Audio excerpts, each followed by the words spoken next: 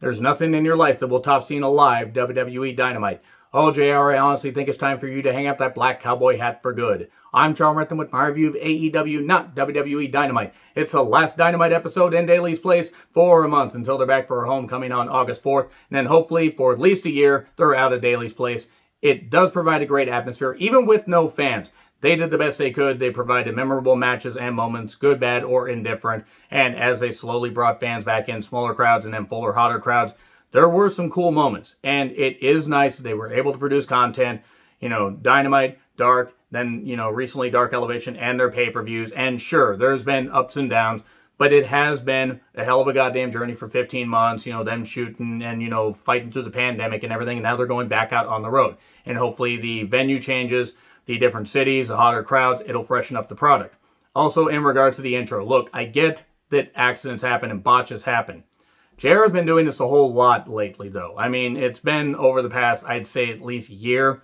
He once called Kenny Omega the WWE Champion. And then he finishes off by calling it WWE Dynamite. He announced in Mid-South Wrestling, UWF, and then NWA Jim Crockett Promotions, and then WCW, and then WWE for a couple decades. And also his New Japan US commentary, which we shouldn't talk about because he didn't want to learn any of the names and he wasn't very good at it. He's had hardships. He has health issues. And he lost his wife after, you know, being married to her for so many years. And it's heartbreaking, and I get it. And he is one of the greatest announcers of all time. He truly is. But maybe it's time for him to, you know, just ride off into the sunset. Because every single time he does stuff like this, and yes, he addressed it and says there's no excuse for it, and he's not retiring, but maybe he should. Because at this point, it's just he's starting to become a caricature of what, you know, of what he was. Those are my takes. Anyway, I will say about this episode, it was probably one of my favorite episodes of Dynamite in the past few months, though I did have my issues. Let me know your thoughts in the comments. So we have Jim Ross, Tony Schiavone, Excalibur, and Insurrection Co. on commentary. Until Chris Jericho addresses why his wife and mother-in-law were in the Capitol on January 6th and all celebrating everything, and why he decided to donate thousands of dollars to Donald Trump while claiming to be a really good guy. No, I'm not going to forget that, and I don't really care if it offends anybody. So what in the stained 70s couch cushions were the Young Bucks wearing? I don't fucking get it. They looked fucking ridiculous. It's like they were trying to cosplay Drew McIntyre cosplaying Dirk Diggler from Boogie Nights. I get that they're trying to be heels, but they just look like, I mean, they're the Insuffer Bucks for a reason. They are just caricatures of wrestlers. So it's the Bucks with Cutler and Nakazawa versus Penta and Eddie with Alex Abrahantes. And this is a World Tag Title Eliminator. Basically, if Penta and Eddie win, then they get to have a tag title shot later. There's a jump start. At first, it isn't bad, and then it devolves into the usual Buck stuff. However, I'm going to surprise you guys. I actually thought that this was one of the better Bucks matches they've had in the past number of months, though they try too hard to act heelish, and it's just really fucking ridiculous. I was like, oh yeah, you guys are doing this. They're the freaking, you know, over tanning. It's ridiculous. It's so silly. But Penta and, you know, Eddie did the best they could, and I will say Cutler is useless there at ringside. Nakazawa should not be in any mainstream wrestling company. He can earn money elsewhere, but he is not needed here. So, yeah, but it's funny when they announced that they were going back to Jacksonville on August 4th, and they made this big deal about how, oh, we're leaving. You're only going to be gone 4 weeks. It's not really that long. Cutler then sprays Matt all over his back with the cold spray. Oh, he's going to try to heal him and everything. All right, that isn't the only time the cold spray gets brought into play. They impersonate the Macho Man strut, and then the Jericho. Jericho, I will say, was probably the most tolerable on commentary, despite the fact that, you know, he's an insurrection supporter and a piece of shit. But they say Lanny Poffo will show up and knock them all out, and then JR says for a small fee. That was pretty funny. Superplex to Nick. We got a hot tag to Penta, and then flippy shit. We get a botched 3 count. I mean, it's like, it was only in. You got the referee that just isn't very. He's only there in the Bucks matches because they can do whatever because he's one of their friends, or he just doesn't give a shit at this point. To be fair, a lot of the referees, and I love Aubrey, but it's like they make their referees seem so ineffective, which is a shame. They will make them seem effective for like 2 minutes, and then they'll just completely negate any authority that they have. Anyway, so we get double teams, we get a backstabber for 2. Crossbody on the stage, we get a low blow, and then we get a stomp pile driver. Kingston breaks that up, And then the Good Brothers, home of the Good Brothers, May We Take Your Order, they come in. And I gotta say, the Good Brothers, the Bucks, the worst versions of the NWO and the Four Horsemen are better than the Elite ever were and ever will be. So Cutler then forgets that the spray can apparently has a goddamn, off switch, and he just does his, just doing that, and it's so fucking stupid, so fucking ridiculous. But then again, it's the Bucks trying to do comedy, and they can't do comedy. I have tried to watch multiple episodes of Being the Elite. They aren't funny. If you think they're funny, that's fine. But as much as I'm knocking this, there was some good action here. And then Kazarian runs in, and then, or he runs in and attacks Nakazawa and everything, for what Nakazawa's worth, nothing. Goddamn waste of human skin. And then we get a pile driver and a, back fist. 1, 2, 3. Okay, the crowd was pretty hot for this whole show. There was good stuff in this, but they overbooked it. It was nonsense. It was ridiculous. But hey, at least Penta and Eddie won. They're not going to win next week, but it is what it is. But anyway, then Christian's talking to Jungle Boy. He praises them and mentions to Luchasaurus when he comes in that he's got some dinosaur in his ancestral DNA. Why is Stunt there? He does not need to be there. Jungle Boy apparently does not like cutting promos. Get him a manager. Don't have him talk. He's very good in the ring, so I'm going to praise here in a bit. And I like Luchasaurus, but Stunt doesn't need to be there. And Christian, any momentum that he had, which was barely any, is pretty much wiped out. Like, he doesn't mean anything now. So, they announced that Tony Schiavone is going to sit down with Ethan Page next. Come back, and it's a stand-up interview in the ring. Ethan Page he knocks Darby and talks about the coffin match. Here's the thing. I don't care about this feud. Apparently, they have a history going back to the Indies. And I like Darby. Ethan's a good athlete. I don't care about him otherwise. I just don't. Anyway, it's Sting with a coffin. Oh, God. We're going back to the graveyard match. Wait, no, that was Vampiro and the Demon. At least this isn't the Human Torch match. If they do that next, I'm going to frickin' be convinced that Tony Khan has no idea how to book anything that wasn't in WCW. So then Darby pops up, and then why is this feud still going? Why is this still going? Like, it would have been one thing if they had Darby and Ethan, have a match, and then they built up to Sting having I don't know. Anyway, so basically Darby goes for Ethan's eyes. Ow, my eyes. I'm not supposed to get Darby's fingers in them. And the match is off unless Darby puts to paper that he will not touch Ethan the week before. Maybe then it'll happen at Fyter Fest, because it's supposed to happen next week. Oh, darn. I don't get to see Ethan Page next to a wooden object and not be able to tell the difference. So anyway, Jungle Boy versus Jack Evans. Matt says in a pre-tape that Jack is out there to hurt Jungle Boy, and given the fact that Jack Evans tends to hurt himself by doing a bunch of flippy shit, that is probably going to end up happening by osmosis. So, it was fine. I mean, Jungle Boy got a win. Evans isn't bad in the ring, but it is what it is. We go to a break and then snare trap 30 seconds or a minute after the break, and he gets the win, and then he's the first to 50 wins in AEW. Now, that's kind of cool. Not 50-0, but he's, to 50 wins. If they just let Jungle Boy do the stuff and get him a manager, not Vicky Guerrero, get him a manager that actually works. Get him somebody that can, talk for him. I wouldn't say Luchasaurus, even though Luchasaurus can talk. I'd say Christian should, maybe become the manager of Jungle Boy, though. They're going to have Christian Cage obviously turn on Jungle Boy at some point. So then the Stables and Cage run in, because we need another goddamn aftermath. We just had run-ins in the first one. Let's have more run-ins. If they show some fucking restraint, then the run-ins would goddamn mean something. You don't need to be like WCW 99 in 2000 and even 2001 to an extent, but especially during the Russo era. You don't need to have run-ins, fucking run-ins. I mean, I know that it's wrestling. It's supposed to be entertainment. But here's the thing. If I'm going to knock WWE for it, if I'm going to knock New Japan for doing it with the Bullet Club, I've got to knock AEW for it. It's not like, they're still growing as a company and everything. They will have been on TV for 2 years this October. Yes, the pandemic. You give them a bit of a mulligan for that because they had to make adjustments. Same with WWE, same with New Japan, same with any other company. Had to make adjustments without crowds or with very few fans.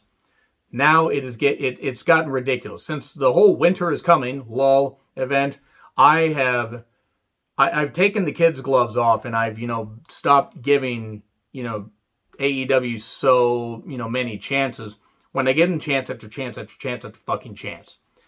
And I don't have any fucking desire to see a Christian Cage versus Matt Hardy. I don't have any desire to see Matt Hardy in a wrestling ring in 2021. I don't. He can't fucking go anymore. If he wants to do it, that's fine. I'm just giving my opinion. Christian Cage, same thing. I don't think that he's going to last. I don't think he's going to last the year before he has to retire. If he does, I'll be happy for him. But anyway, it was just bullshit, aftermath. And then we get to an MJF pre-tape. And he knocks Jericho and says that he decided to turn AEW into his own version of Looney Tunes. That was good stuff. Use MJF like this and let him fucking talk. Sorry, I'm getting a little fired up. Use him like this and it'll work.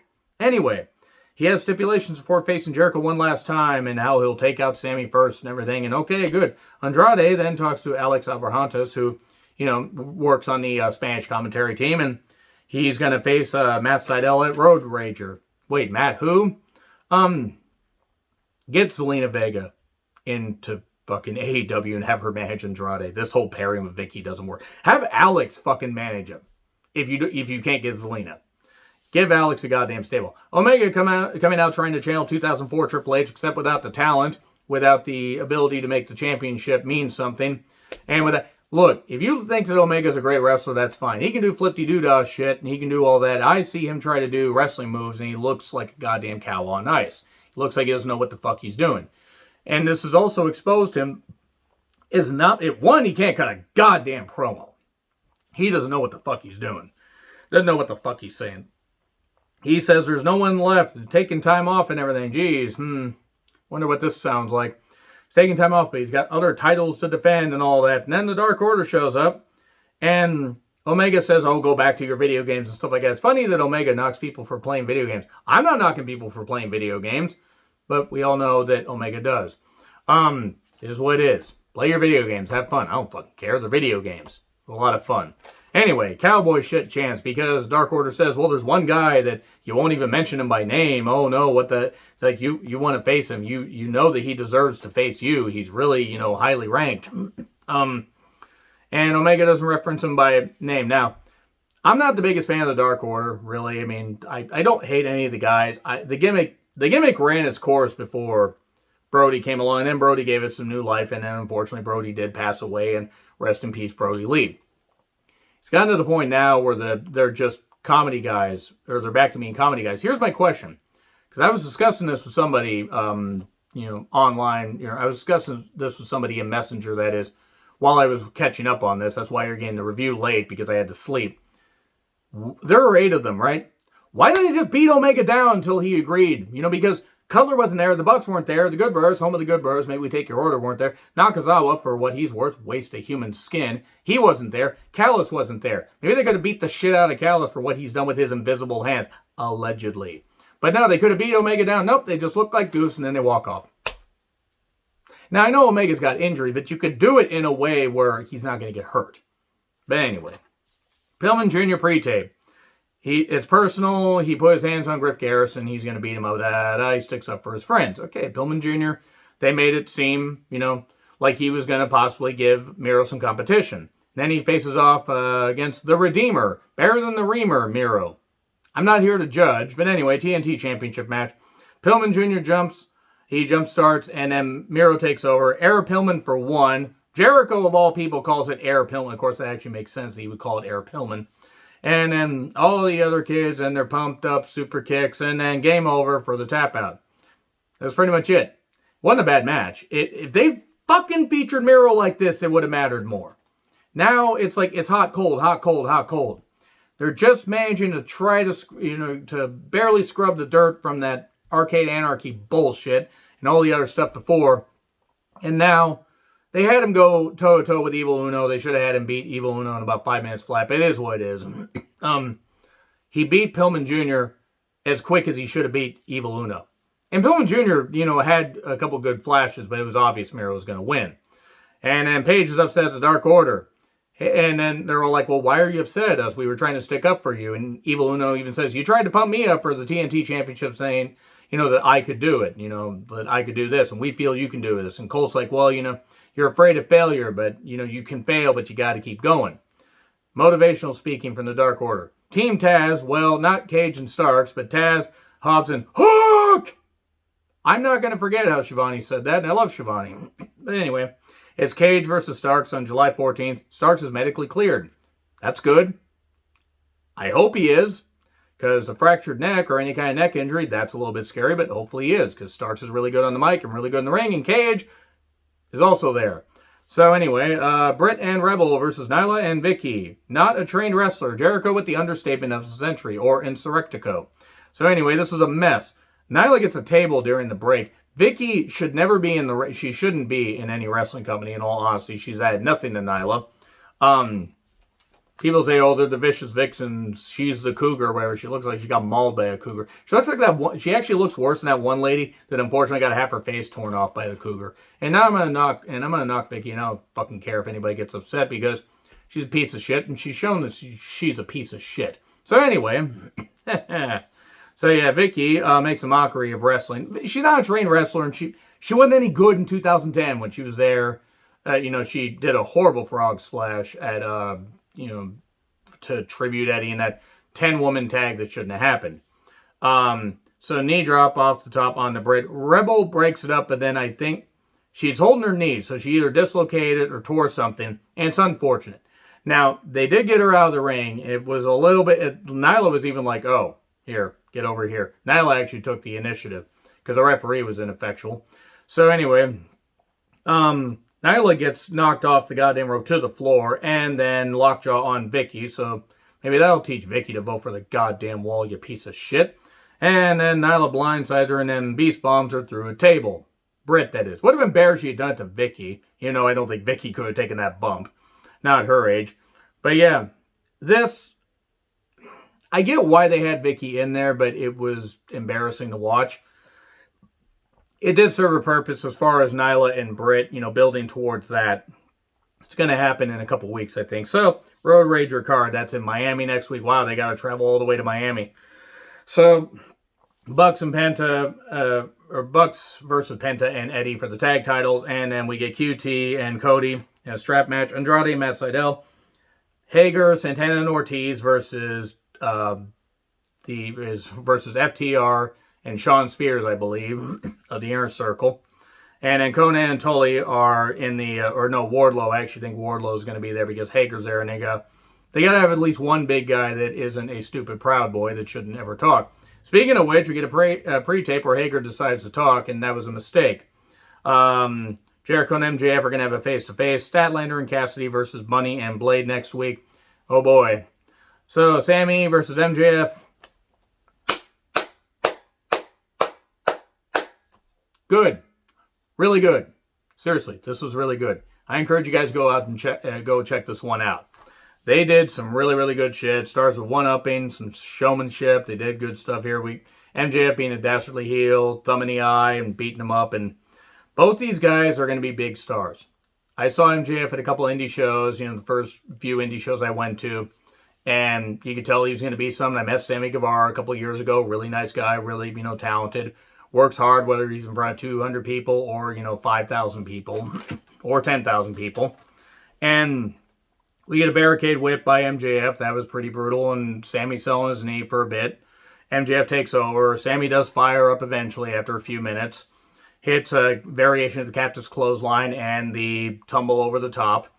And then hits a dive. And does other good stuff. We get a chair to MJF's head, which was kind of brutal.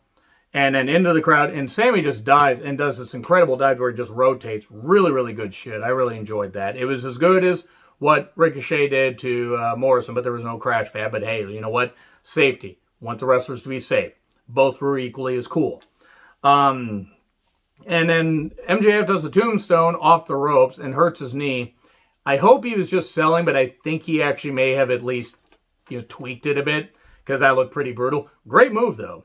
And then he kept going. He tried for the heat seeker. That didn't work. GTH in the rope. 6:30 for close to. There are people that are going to shit on the, on the interference and stuff like that. I will say, as far as a match that needed it, I understand why they did it here. Now, I'm not saying I loved it. I don't think it took away from the match as much, though. It took away from the other matches. But here, at least, it sort of made sense. It's just too bad they botched this whole Pinnacle Inner Circle feud when these should have been the matches to build up to Blood and Guts. At least in my opinion, because they've done the whole thing backwards. Spears is there, and then we get Wardlow, attacking Jericho when he tries to go for Spears.